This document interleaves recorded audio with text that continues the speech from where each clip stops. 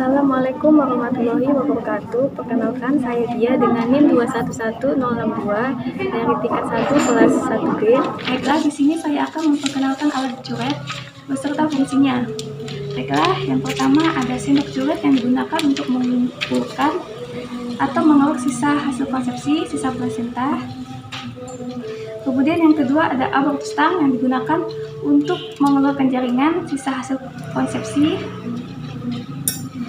Yang ketiga ada klep opum yang digunakan untuk menjepit jaringan yang berada di vakum uteri dan mengeluarkannya. Yang keempat ada dilatator yang digunakan untuk membuka portio. Yang kelima sonde uterus yang digunakan untuk mengukur kedalaman uterus. Yang keenam tenakulum yang digunakan untuk menjepit portio.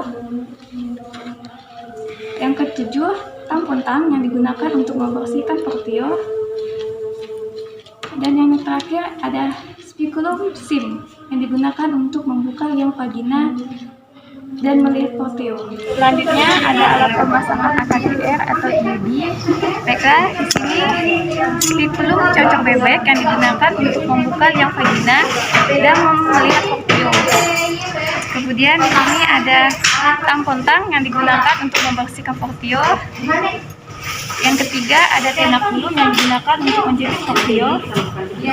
Yang keempat ada gunting panjang yang digunakan untuk membunuh benang IUD. Dan yang terakhir ada sonde uterus yang digunakan untuk mengukur kedalaman rahim. Alat pelepasan AKDR atau IUD. Yang pertama ada tampon tang yang digunakan untuk membersihkan portio. Yang kedua, alligator jaw yang digunakan untuk menjepit dan mengeluarkan IUD yang tidak ada benangnya lagi. Dan yang ketiga, ada spiculum cocok bebek yang digunakan untuk membuka liang vagina dan melihat portio. Selanjutnya, alat pemasangan implan beserta fungsinya. Yang pertama ada pinset anatomis yang digunakan untuk menjepit sisa betadine. Kemudian hand scalpel yang digunakan untuk insisi. Kemudian trocar yang digunakan untuk memasukkan kapsul implan yang di tempat yang telah ditentukan. Ini saya akan menunjukkan alat yang digunakan untuk melepas kapsul implan. Yang pertama ada hand scalpel yang digunakan untuk insisi. Yang kedua ada pinset anatomis yang digunakan untuk menjepit kasa betadine. Yang ketiga ada klep arteriu yang digunakan untuk mengeluarkan kapsul implan, yang digunakan untuk menjepit kapsul implan dan mengeluarkannya. Dan yang terakhir ada klep arteri bengkok yang digunakan untuk menjepit kapsul implan dan mengeluarkannya. Ini saya akan mengenalkan alat praktek beserta fungsinya. Pertama ada komparator anion yang digunakan untuk memecahkan sesuatu di luar. Kemudian yang kedua ada gunting episiotomi digunakan untuk melebarkan darah lahir. Yang ketiga ada gagang tali pusat digunakan untuk menjepit tali pusat. Yang kedua tampon tang. Yang keempat ada gunting tali pusat digunakan untuk menggunting tali pusat. Dan yang kelima ada kateter yang digunakan untuk memasukkan kantung kemih. Nah, di sini saya akan menunjukkan alat eksis sekaligus dengan fungsinya. Baiklah, yang pertama ada rauder yang digunakan untuk menjepit jarum. Yang kedua ada gunting lancip yang digunakan untuk memotong benang.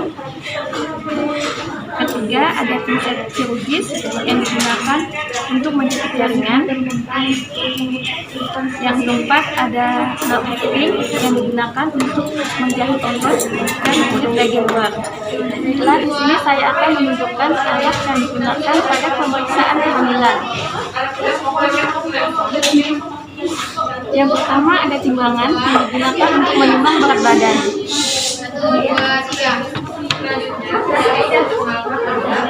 Alat ukur tinggi badan yang digunakan untuk mengukur tinggi badan.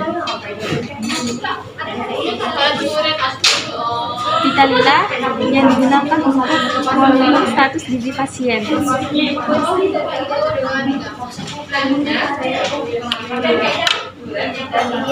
Stick nanometer dan stetoskop digunakan untuk mengukur tekanan darah.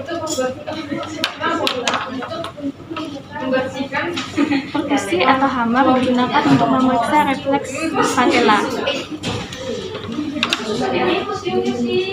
Lindex digunakan untuk mendengarkan denyut jantung janin. Dan yang terakhir ada metelin atau pitameter yang digunakan untuk mengukur tinggi fundus uteri. Baiklah, sekian yang dapat saya sampaikan. Kurang lebihnya saya mohon maaf. Assalamualaikum warahmatullahi wabarakatuh.